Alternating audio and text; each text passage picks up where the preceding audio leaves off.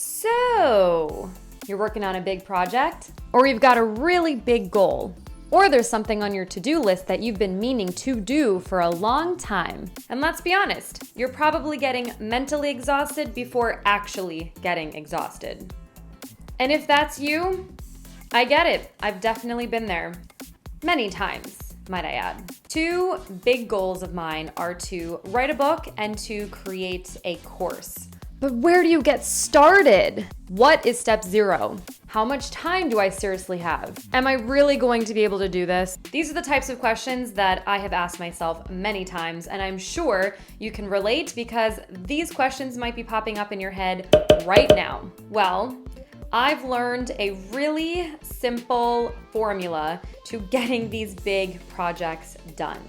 Portion control your time. That's right. You know those portion control containers that people use to manage their food intake? It's basically a way to create a new lifestyle. Instead of eating whatever you want, whenever you want, the portion controls tell you how much veggie to how much protein to how much carb ratio that is advised during the day. And so what I have found to be very helpful is using that same kind of concept, but with my time instead of with food. I'm going to use myself as an example to show you exactly what I mean by portion controlling your time. Let's take my online course for an example, shall we? Although there are many that I have in mind to do, I decided that I was only going to pick one. So that's the first step. Pick one project at a time. Step 2 is to ask yourself, how many hours will it take to ... So in this example, how many hours will it take to put together my online course? Well, there were a few other questions that I needed to ask myself. What exactly do I want the course to be about? How long is the script writing going to be? How long is the pre-production? How long is the post-production? So, because I love writing everything down, I created this sheet, which basically goes over the online course script writing, which I identified there will be 3 sections, the what, the why, and the information, and that it would take roughly 3 hours for the concepting, 3 hours to edit, including the how and the examples, 3 or more hours of concepting, and then 3 more hours of editing.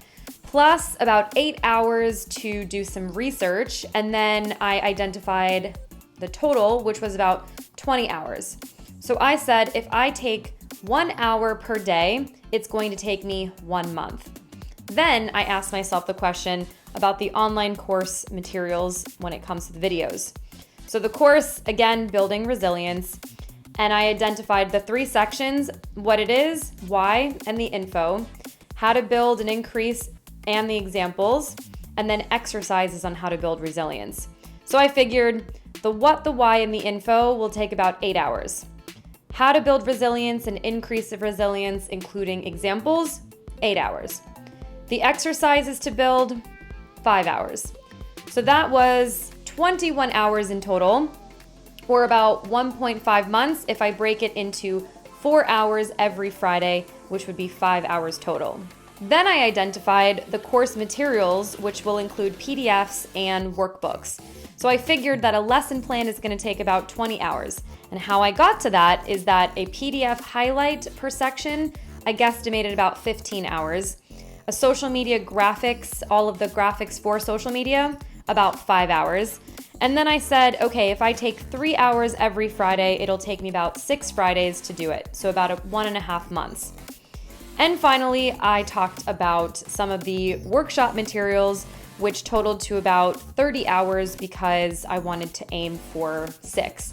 Because of course, while we are quarantined, I'm not going to be doing these in person. So I thought I'm still going to put them together to offer online, and that is part of the course. So once I understood how many hours it was going to take me to put time for these projects, I then created a timeline.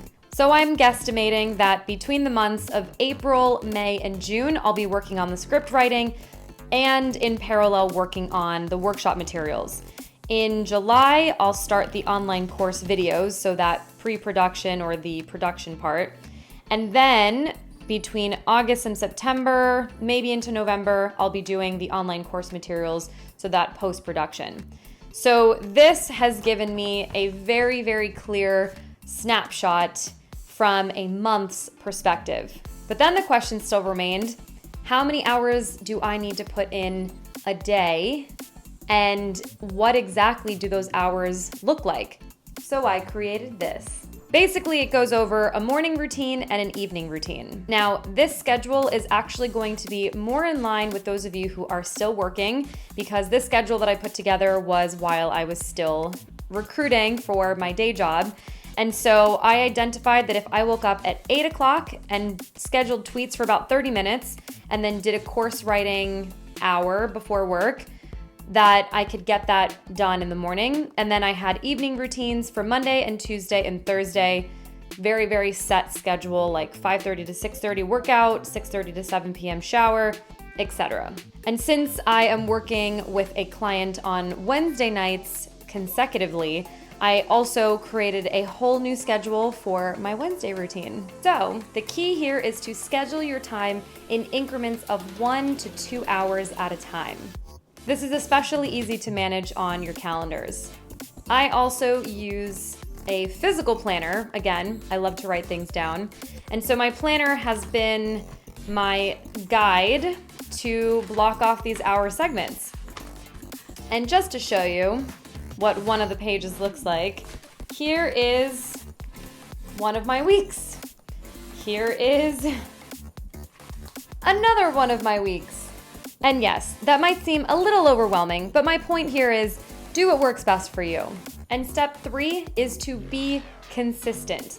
The point of this exercise is to manage and prioritize your time and the things that you want to get done. Although we do have a lot more free time now that we're all home indefinitely, your time is still valuable, and now you might also have extra things in your day that you otherwise didn't have when you were going to work.